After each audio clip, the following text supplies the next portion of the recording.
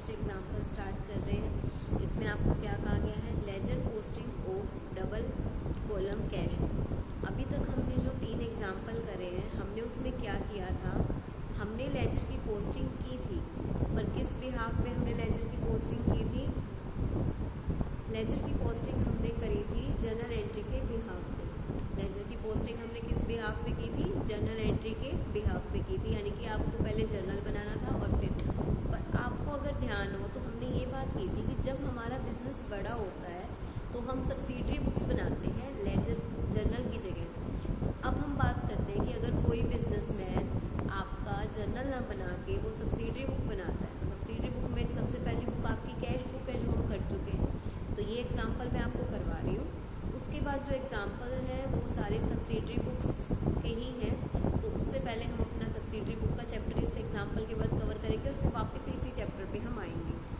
तो देखिए cash book आप लोग को आती है, हम कर चुके हैं, इसीलिए आज हम ये वाला एग्जाम्पल भी स्टार्ट कर रहे हैं। तो इसमें देखिए आपको क्या कह रखा है, all entries are appearing on the debit side of the column are posted to the credit side। Obvious सी बात है, जो एंट्री डेबिट में है वो दूसरे अकाउंट में जाके क्रेडिट में हो जाएंगी, ठीक है ना। तो हम इसको न्यूमेरिकली समझने की कोशिश करते हैं कि ये क्या है। कॉन्ट्रा एंट्री के लिए आपको पता है हम क्या मांग करते थे, C record the transactions in a double column cash book and journal proper. Journal proper में कौन सी एंट्री जाती है, नॉन कैश, जिनका कैश से कोई भी लेना देना नहीं होता है। कैश बुक में हम सारी कौन सी एंट्रीज को लिखते हैं, कैश की एंट्रीज को लिखते हैं। तो देखिए कैश बुक कैसे बनाई जाती है।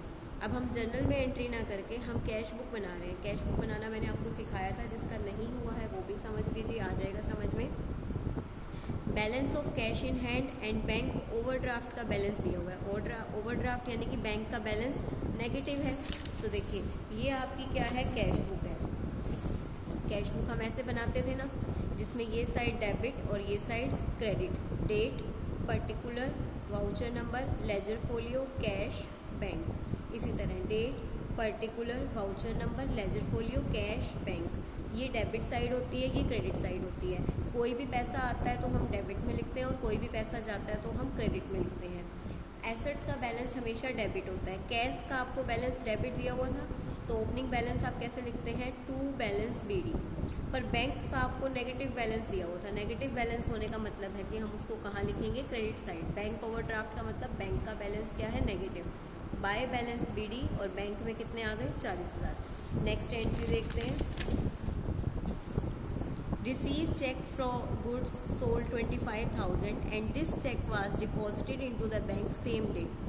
नेक्स्ट डे हमें एक चेक मिला था, हमने रिसीव किया है एक चेक, गुड्स सोल्ड 25,000 के गुड्स बेचे हैं और नेक्स्ट डे हमने उसे बैंक में डिपॉजिट करवा दिया है। तो देखिए नेक्स्ट डे पे हमें चेक इन हैंड एंट्री हुई, ठीक है ना, टू चेक इन हैंड, और कहाँ गया वो, बैंक में। एंट्री हमने 3 तारीख की करी है, क्योंकि बैंक में वो कितनी तारीख को जमा हुआ है, 3। यहाँ पे पैसा आना, यहाँ पे पैसा जाना। तो बैंक में पैसा आया, बैंक में पैसा आया, पर किस नाम से आया, एंट्री क्या होगी आपकी, bank account debit to cheque in hand होगी ना, अगर जनरल में करते। तो कैश बुक में तो हम सीधा एंट्री कर देते हैं, पैसा आया तो इधर बैंक में आया, किस नाम से आया, टू चेक इन हैंड के नाम से आया। उसके बाद आपको क्या कह रखा है, receive a cheque from Ghanshyam. Ghanshyam से 3,000 रुपये का चेक मिला है, हमने उसे डिस्काउंट दिया 120 रुपये का, एंड उसके बाद 4 तारीख की आपकी एंट्री है। अभी आपको चेक एक मिला है, ठीक है। अभी देखिए इस डेट की कोई भी एंट्री नहीं होगी, क्योंकि चेक मिला है, उसको बैंक में सबमिट करवाया या हमने ऐसा कुछ नहीं किया। तो देखिए चेक मिलने की जनरल एंट्री होएगी, उसका कैश से कोई लेना देना नहीं है। पहले 2 तारीख को जो सेल की थी उसका चेक मिला, उसकी जनरल एंट्री हुई, cheque in hand account debit to sale. पर ये चेक बैंक में जमा हो गया था, 3 तारीख को हमने कर दिया। फिर 4 तारीख को एक चेक मिला है जिसपे हमने डिस्काउंट भी दिया है, cheque in hand account debit, discount allowed account debit to Ghanshyam. हो गई है एंट्री। इसके बाद देखिए next entry, endorse Ghanshyam cheque in favour of Gopal. Endorse का मतलब दे दिया, घनश्याम का चेक हमने किसको दे दिया, गोपाल। तो कैश का तो कोई लेना देना नहीं है, सीधा Gopal debit to cheque in hand. जो चेक घनश्याम के नाम था वो हमने किसको, घनश्याम से चेक मिला, वो आगे हमने किसको दे दिया, गोपाल। तो चेक इन हैंड जो पहले डेबिट हुआ था अब हमने किसी को दे दिया, तो वो क्या हो गया, credit. Gopal debit to cheque in hand. इसके बाद देखिए नेक्स्ट एंट्री,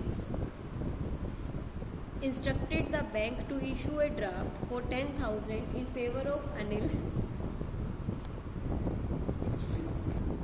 तो इसमें देखिए आपको क्या कहा गया है, इंस्ट्रक्टेड द बैंक, बैंक को इंस्ट्रक्ट किया गया था कि वो एक ड्राफ्ट इशू करें 10,000 का इन फेवर ऑफ अनिल, अनिल के फेवर में, और बैंक चार्जेस हमारे कितने हैं, ₹20 फॉर दी ड्राफ्ट। तो अब देखिए 10 तारीख की एंट्री, जो बैंक चार्जेस हैं, बैंक चार्जेस से क्या होगा, पैसा कम होगा, तो बैंक चार्जेस आ गए क्रेडिट में बाय बैंक चार्जेस, और बैंक में से चले गए 20 रुपये, पर ड्राफ्ट का आपका है, ठीक है, इसमें आपका ये हो गया। इन्होंने क्या कहा था, दोबारा से देख लो, आपने बैंक को इंस्ट्रक्ट किया था कि आप एक ड्राफ्ट इशू कर दीजिए 10,000 का इन फेवर ऑफ अनिल, और उस पर बैंक चार्जेस लगेंगे। तो बैंक में से हम पैसा गया, हमने वो पैसा जाने की एंट्री कर दी, और जो ड्राफ्ट इशू किया था उसकी भी एंट्री कर दी। ड्राफ्ट के थ्रू हम कोई भी पेमेंट करते हैं, कोई फीस वगैरह है, तो 10,000 रुपये तो आपके ये हो गए, और 20 रुपये आपके ये, दोनों बैंक बैलेंस को क्या कर रहे हैं, कम कर रहे हैं। उसके बाद इन्होंने क्या कहा है, discounted a BR of 5,000 at 1% from bank. BR discount कराने का मतलब सुन लीजिए, कोई डेटर है जिसको हमने एक बिल इशू किया है, पर उसका पैसा हमें 2 महीने बाद मिलेगा, पर उस इंसान को पैसा अभी चाहिए, तो वो क्या करता है कि वो BR बैंक को दे देता है। तो बैंक को भी अपना फ़ायदा चाहिए, बैंक मानो 5,000 का BR है, तो बैंक उसको पूरे के पूरे 5,000 नहीं देगा, उसमें से कुछ पैसा अपने पास रख के बाकी पेमेंट क्या करेगा, वो उसको करेगा।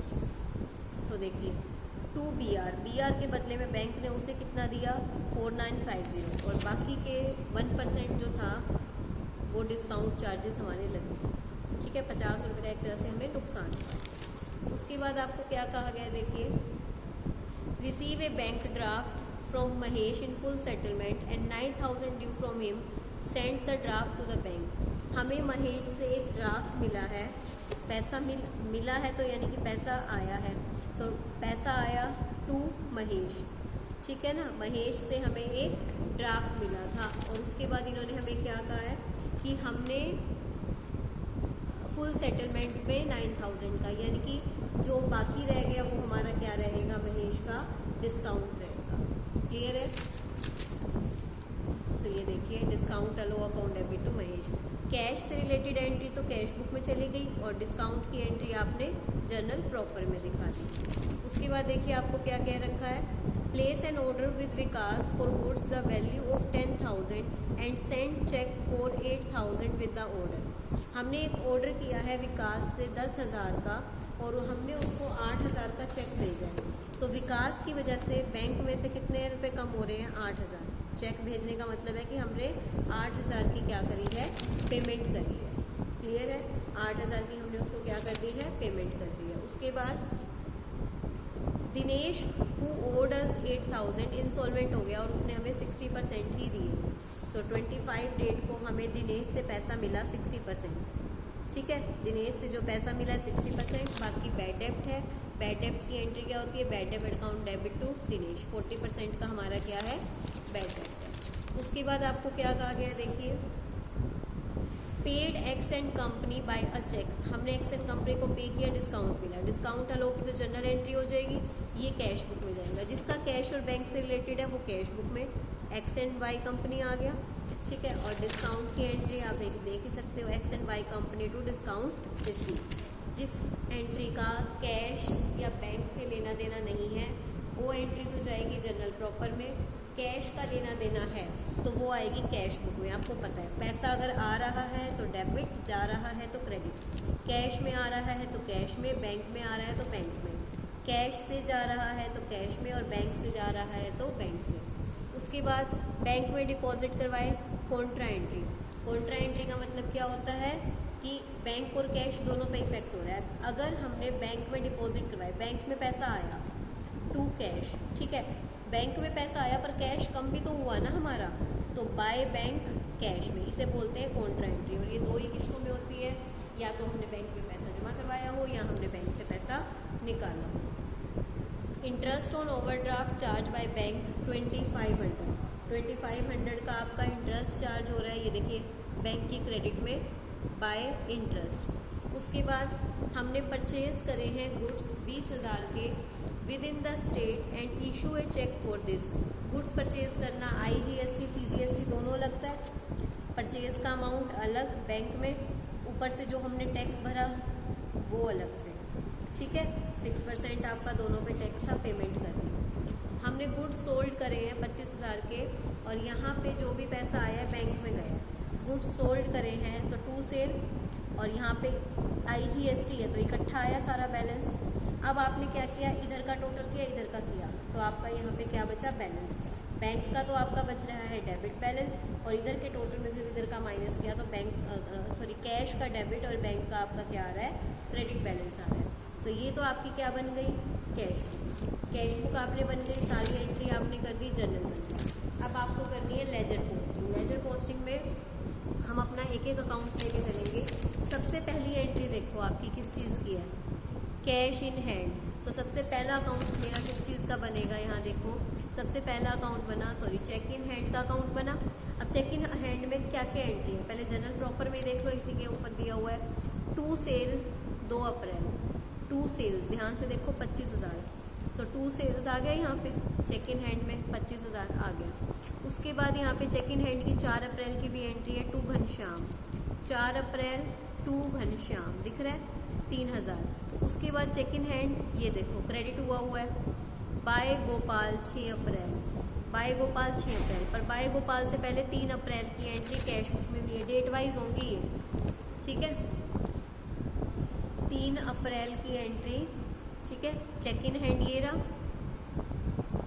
कॉलम किस में है, बैंक में, तो यहाँ पे नाम क्या आ गया, बाय बैंक अकाउंट। जिस तरह आपने चेक इन हैंड अकाउंट की एंट्री करी है इसी तरह सेल्स की और ये जितने भी अकाउंट हैं सबकी एंट्री करनी है।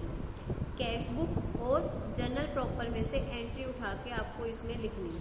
तो एग्जाम्पल नंबर 4 आपको अच्छे से करना है, इसके सारे लेजर अकाउंट और इसका क्वेश्चन आपको करना है। कोई दिक्कत होगी तो आप पूछेंगे। उसके बाद हमारी जो लेजर पोस्टिंग है, जैसे कैश बुक थी ऐसी परचेज बुक है, पर कैश बुक तो आप लोगों ने बनानी सीखी थी, परचेज बुक अभी नहीं सीखी है। तो सबसे पहले इस क्वेश्चन के बाद हम अपना चैप्टर करेंगे, सब्सिडरी बुक्स बनाना सीखेंगे। पहले मैं आपको बीच में ये चैप्टर हम स्टॉपेज लगा के आप यहाँ पे एक बार देख सकते हैं। आपका ये चैप्टर है books of original entry subsidiary special purpose subsidiary book. ये चैप्टर मैं आपको सिखाऊंगी, 2 दिन में आ जाएगा। ये चैप्टर करने के बाद हम वापस से अपना लेजर पे आ जाएंगे। अब क्योंकि अब जो लेजर के क्वेश्चन है जर्नल बेस्ड और कैश बुक बेस्ड तो हो गई, अब सब्सिडरी बुक बेस्ड है तो वो सीखेंगे, फिर उससे लेजर हो जाएगा, फिर ट्रायल बैलेंस भी हो जाएगा। क्लियर है। एक थर्ड एग्जांपल हमने बीच में लेफ्ट किया है, उसमें क्या है देखिए मैं आपको दिखा देती हूँ। उसमें आपको कहा गया जर्नल एंट्री प्रिपेयर करो। लेजर से जर्नल पढ़ना बहुत ईजी है, इसको पढ़ो। इसका नाम क्या है, cash account debit 2 sales account, furniture account debit 2 cash account. यहाँ पे 2 है ना, 2 वाली चीज़ क्रेडिट में जाएगी। अच्छा यहाँ देखो परचेज अकाउंट डेबिट 2 गोविंद। अब देखो यहाँ पे है क्रेडिट साइड पे तो एंट्री के बाय है तो अब इसको पहले लेंगे। इसकी जनरल एंट्री क्या बनेगी, purchase account debit 2 Murari. By वाली चीज़ हमेशा ऊपर आती है और 2 वाली चीज़ हमेशा नीचे आती है। Mohan account debit 2 sales, cash account debit 2 interest. बस इसको जर्नल एंट्री में क्या करना था, कन्वर्ट करना था। तो एग्जाम्पल नंबर 3 और 4 आप अच्छे से करेंगे। कोई भी अगर आपको डाउट लगता है तो आप उससे कोई भी